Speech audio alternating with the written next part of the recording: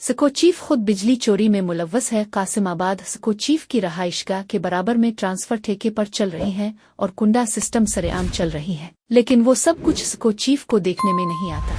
मुस्लिम league functional के रहनुमाओं का मजीद कहना था कि स्को चीफ आफियस करप्शन का मरकज बना हुआ है। तमाम एसडीओ आफियस खुद बिजली चोरी में मुलव्वस हैं। रफीक मक्सी जनरल सेक्रेटरी मुस्लिम लीग फंक्शनल जिला हैदराबाद का कहना था कि स्को चीफ का जालमाना रवैया इतनी शदीद गर्मी में शहरी आबादियों में गैर अलानिया लोड शेडिंग ने आवाम को मफलूज बना रखा है। शहरी आबादियों में 12 से 14 घंटे की गैर अलानिया लोड शेडिंग ने आवाम का जीना मुहाल कर दिया है। देही इलाकों में तो बिजली का आने का नाम ही नहीं। दिन हो या रात 4 से 5 घंटे बिजली मिलती है। खंबे लगे हुए हैं लेकिन बिजली नहीं है। ये हाल है स्को चीफ का। शहरी रात के वक्त भी सुकून से सो नहीं सकते। कुंडा सिस्टम में दिन बदन इजाफा होता जा रहा है। इस चोरी की अमल में स्को अफसरान और मुलाजमीन शामिल है। भूख हड़ताल में शरीक तारिक नूर, मैडम समीना यासीन शाह, खिजर वहाज खानजादा, विक्टोरिया सज्जाद लगारी, सादिक मगसी और दीगर शरीक थे।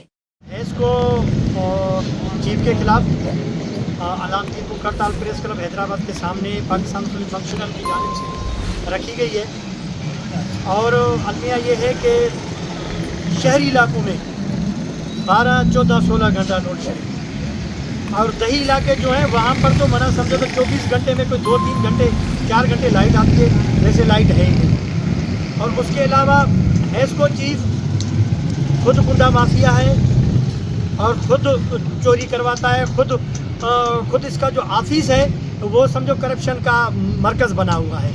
जहाँ पे हेस्को चीफ का घर है वहाँ पर उसके घर के सामने गुंडा सिस्टम चल रहा है और उसके घर के सामने ट्रांसफार्मर हैं वो ठीकों पर चल रहे हैं। अच्छा, उसके अलावा इनके पास प्राइवेट बीटर रखे हुए हैं जो हेस्को मुलाजमीन के साथ मिलके जो गुंडा सिस्टम चलाते हैं और अपना उसके अलावा ट्रांसफार्मर हैं वो उनको चलाते हैं।